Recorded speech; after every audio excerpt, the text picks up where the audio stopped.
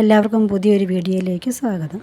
നമുക്കെല്ലാം അലട്ടുന്ന ഒരു പ്രശ്നമാണ് മുടി കൊഴിച്ചിലും ഒപ്പം നരയും താരനും.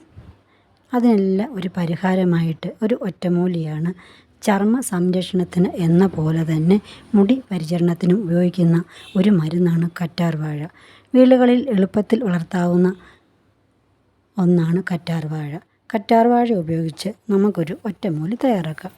ഒരു ചെറിയ ബൗളിലേക്ക് 2 സ്പൂൺ വെളിച്ചെണ്ണയും ആവണക്കെണ്ണയും ചേർത്ത് യോജിപ്പിക്കുക, നന്നായി യോജിപ്പിക്കുക. ഞാൻ വെളിച്ചെണ്ണയല്ല എടുത്തത്, ഞാൻ തലയിൽ തേക്കുന്ന എണ്ണയാണ് എടുത്തത്.